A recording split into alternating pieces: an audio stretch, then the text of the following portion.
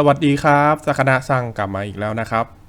วันนี้จะมาแนะนำปอมป่านะครับเพราะตอนที่แล้วแนะนำเทวดาป่าไปแล้ววันนี้ก็เลยเป็นตอนของปอมป่ากันบ้างนะครับทำไมถึงเรียกว่าปอมป่าก็คือปลาปอมปลาดัวที่มันเป็นต้นกำเนิดมาจากธรรมชาตินะครับไม่ใช่สีสันที่เราพัฒนาขึ้นมาหรือเพาะพันธุ์ขึ้นมานะครับวันนี้เดี๋ยวจะมาแนะนำชนิดแรกกันก่อนเลยนะครับอันนี้นะครับเป็นปลาปอมปลาดัวป่าเฮกเคลนะครับเป็นตัวเดียวที่ได้ใช้สกุลดิสคัตนะครับก็รูปทรงก็ดิสคัตนะครับเป็นดิสเลยอ่ะก็เป็นจานขว้างได้เลยอ่ะตามภาษากรีกนะครับก็เฮกเคลนี่จะมีจุดเด่นคือบั้งกลางนะครับเห็นไหมครับบั้งกลางใหญ่ๆเนี่ยนะครับก็ในบรรดาเฮกเคลก็จะมีแบบแยกกันไปตามแม่น้ำต่างๆนะครับมากมายนะครับอันนี้ก็บูเฟสธรรมดานะครับหน้ามันจะฟ้าๆแต่ถ้าเป็นพวกบูมูนนะครับหน้ามันจะแผ่นข้างหน้าตรงหน้าผากเขาอ่ะจะไม่เส้นแบบนี้มันจะเป็นแถบฟ้าทั้งแถบไปเลยพวกบูมูนอันนี้ผมไม่เคยเลี้ยงนะครับเพราะว่าราคาจับต้องไม่ได้ส่วนตัวนี้ก็พายแอปเปิลนะครับเป็นเฮกเคลที่เหลืองที่สุดนะครับน่ารักเหลืองที่สุดเพราะว่าตัวอื่นจะออกแนวฟ้าๆนะครับตัวนี้มันจะเหลืองๆนะครับเฮกเคลมันจะเลี้ยงยากกว่าปอมป่าอันอื่นนิดนึงตัวนี้ก็เป็นพวกเรดดิสคัตนะครับหรือบราวน์ดิสคัตนั่นแหละครับคือโทนสีเขาจะเป็นสีน้ำตาลนะครับกับโทนสีแดงนะครับจะไม่มีบ้างกลางเหมือนเฮกเคลแต่ว่าบางตัวเขามีพวกไอคาบาคล้ายๆกันแต่ก็ไม่ได้หนาเท่าแบบเฮกเคลอะไรเงี้ยนะแต่ก็ไม่เคยซื้อมาเลี้ยงเหมือนกันเพราะว่าราคาไม่ไหวแพงเกินไปนะครับพวกปลาป่ามันจะเป็นเสน่ห์ตรงที่ขอบหางตัวนี้เป็นลูกผสมนะครับขอบหางมันจะไม่เหมือนปลาป่าตัวเมื่อกี้เป็นลูกผสมบาวกับพวกปลาป่าเหมือนกันนะครับพวก5สีนะครับก็จะเป็นอย่างเงี้ยไม่มีขอบแล้วก็ลายมันก็จะเริ่มคล้ายๆปลาที่เราปลาเพาะนะครับพวก7สีพวก5สีนะครับตัวนี้ไม่มีขอบแต่บางตัวมันได้เลือดปลาป่ามามันมีขอบเนี่ยตัวนี้มันยังมีขอบเหลือขอบหางอ่ะที่เป็นน้ำเงินดำๆอ่ะยังมีขอบเหลือบางตัวจะไม่เหลือแล้วนะครับอันนี้เป็นพวกบาวที่เป็นลูกครึ่งนะครับอันนี้เป็นปอมป่าชนิดนะครับจะไม่รู้ว่าอินานูมันเป็นเขาจัดอยู่เป็นพวกบาวหรือเป็นพวกบูนะครับแต่ว่าลายมันเยอะกว่าพวกบาวทั่วๆไปนะเท่าที่เลี้ยงมานะตัวเนี้ยมันจะลายคล้ายพวก7สีและไม่ได้เหมือนพวกบาวจริงๆบาวกับบูอ่ะมันมีหลายแม่น้ำมากบางทีมันก็แยกไม่ออกเหมือนกันอันเนี้ยคือเลี้ยงมาจนมันเข้มแล้วลายก็เริ่มขึ้นนะครับคือพวกนี้ลายมันขึ้นได้เรื่อยๆถ้าเขาได้รับอาหารที่ดีๆนะอย่างพวกอาหารเม็ดอาหารอะไรเงี้ยอาหารเดตบิดเนี่ยคือถ้าตัวไหนไม่ค่อยกินอาหารเม็ดนะลายมันจะไม่ค่อยขึ้นสีมันจะไม่ค่อยเข้มถ้ากินแต่พวกหนอนแดงอะนะคือมันต้องกินอาหารหลากหลายอะกินพวกกุ้งไข่กุ้งอะไรเงี้ยแล้วเขาจะมีสีมีสันสวยขึ้นกว่าเดิมบูมันก็เป็นพวกบรรพบุรุษของพวก7สีนั่นแหละอันนี้เป็นกรีนนะครับกรีนตอนเด็กกรีนมันจะมี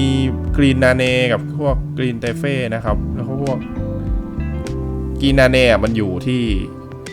เปรูอันเนี้ยกรีนนาเนมันจะมีจุดจำไม่ได้เหมือนกันว่าไอ้กรีนที่อยู่บราซิลมีกรีนอย่างอื่นนอกจากเตเฟ่หรือเปล่าแต่เดี๋ยวจะให้ดูนะครับเตเฟ่เป็นยังไงอันนี้เป็นกรีนนาเนตอนโตนะครับมีจุดบางตัวจุดเต็มตัวเลยที่เขาเรียกนาเนสปอตอันนี้คุ้นเพราะว่าเลี้ยงบ่อยมากเลี้ยงเยอะมากเมื่อก่อนคือเนื้อตัวเขาจะเหลืองอมฟ้านะมันก็กรีนตามชื่อเขาอ่ะมันจะแยกง่ายกว่าไอ้พวกบาวกับบูนะเพราะบูนี่มันก็ต้องเป็นพวกแบบลายเต็มทั้งตัวอะไรอย่างเงี้ยแยกยากเหมือนกันส่วนมากเขาจะเรียกตามแม่น้ำมากกว่าอันนี้เป็นกรีนไตเฟ่นะครับ ลายนี่พร้อยเลยแต่ตอนมาไม่มีลายนะอันนี้ลายขึ้นมาทีหลังนะครับลายเราเลี้ยงมันขึ้นได้ถ้าเขาได้รับอาหารที่ดีๆเราเลี้ยงเขาอย่างดีอะครับสภาพน้ำดีลายเขาตัวนี้เกือบเป็นรอยัลกรีนเตเฟ่เลยไม่เซมิแล้วเกือบเต็มแล้วคือรอยัลก็คือไอ้ลายเนี่ยเต็มตัวนะครับถ้าเซมิรอยัลคือลายยังไม่เต็มตัวอันนี้เป็นเฮกเคลคอร์สนะครับเป็นเฮกเคลเป็นพวก7 สีข้ามกับป่านะครับก็เลยมีบ้างกลางเหมือนเฮกเคลช่วงนี้ไม่ค่อยเห็นเหมือนกันนะอันนี้เป็นปอมบีดแหละก็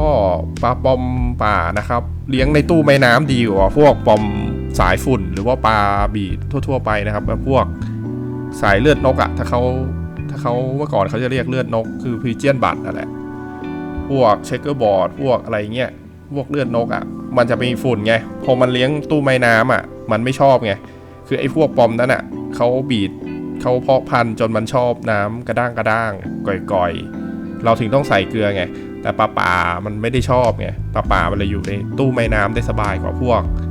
ที่เป็นสายนั้นนะก็เลยเวลาใครจะเลี้ยงปลาปอมปลาดัวในตู้ไม้น้ำนะครับก็จะแนะนำพวกอย่างเงี้ยพวกบาวพวกอะไรเงี้ยที่ถึงเป็นปอมบีดก็ยังเป็นปอมบีดที่ยังไม่ได้พัฒนาไปไกลจากป่ามากเกินไปนี่ก็ให้อาหารเม็ดนะครับก็ทานได้ถ้ากินอาหารเม็ดอ่ะมันจะดีมากเลยอ่ะเพราะว่าจะช่วยเรื่องสีสันช่วยเรื่องสุขภาพช่วยเรื่องความแข็งแรงเพราะว่าถ้าให้กินหนอนแดงเดียวไม่ไหวเหมือนกันก็ยังไม่ค่อยพอนะแล้วหัวใจวัวเขาไม่ค่อยแนะนำให้เลี้ยงในตู้ไม้น้ำนะเพราะว่ามันจะทำให้เกิดตะไคร่แล้วบางทีแบบป่ามันไม่กินด้วยอันนี้วิธีฝึกของผมนะครับส่วนมากบางตัวมันจะ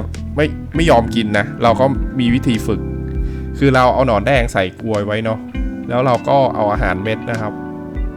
ใส่อาหารเม็ดเข้าไปแล้วเวลาเขามากินหนอนแดงอ่ะบางอาหารมันก็จะ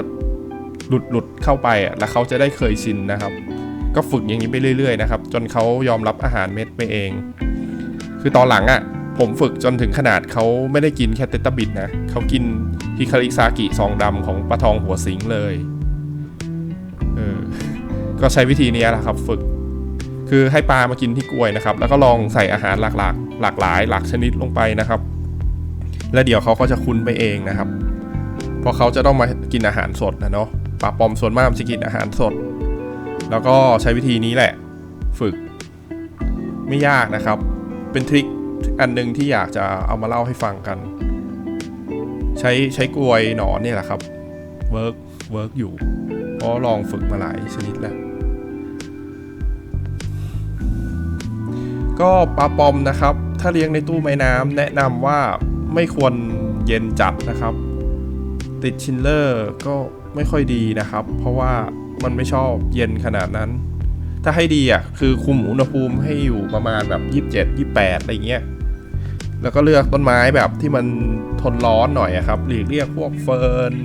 อะไรพวกเนี้ยเปลี่ยนเป็นอนูเบียสแทนเป็นคลิปแทนอะไรเงี้ยครับแล้วก็พวกเทป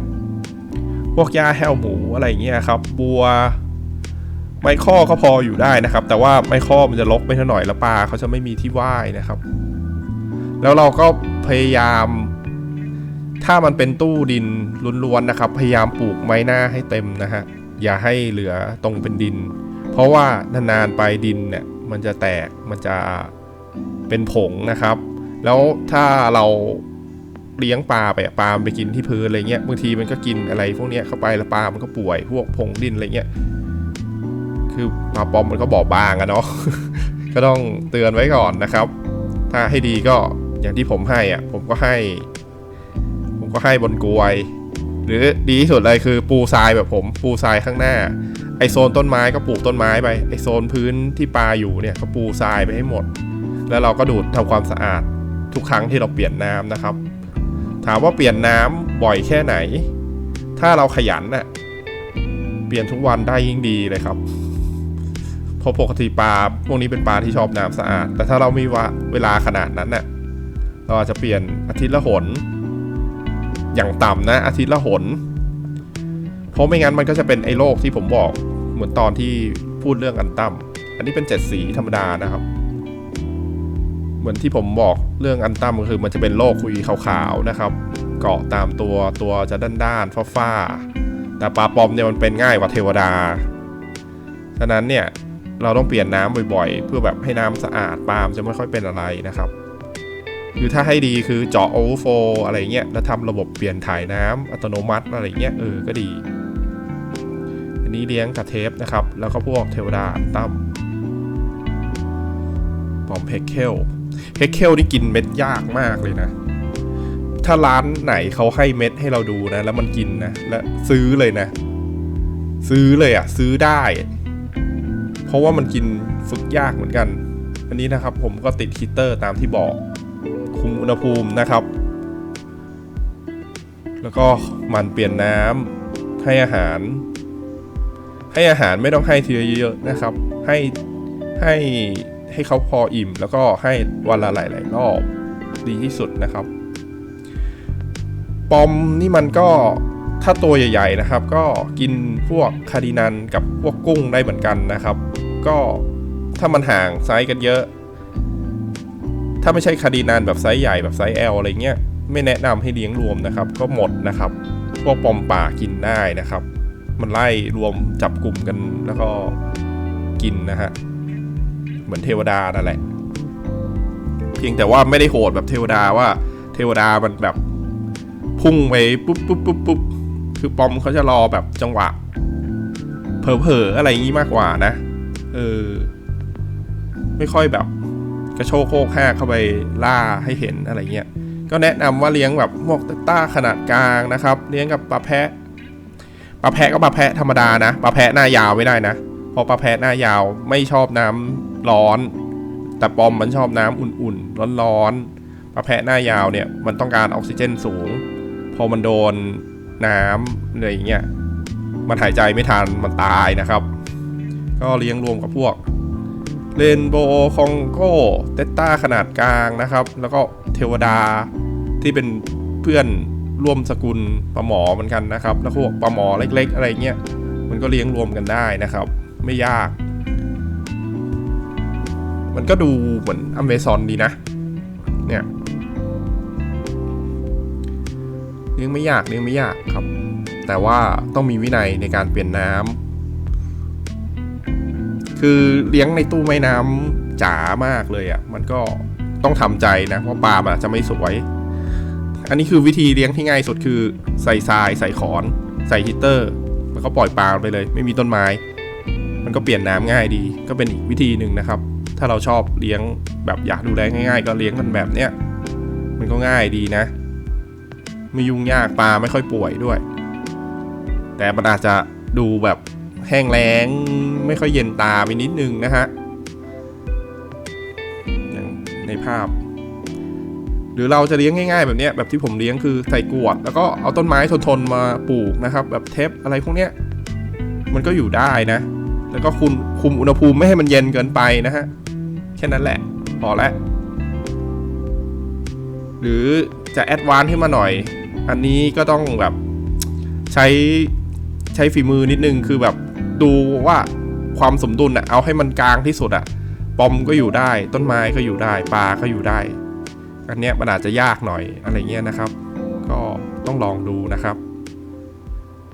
ก็วันนี้ก็ขอจบลงเท่านี้นะครับลาไปก่อนนะครับสวัสดีครับ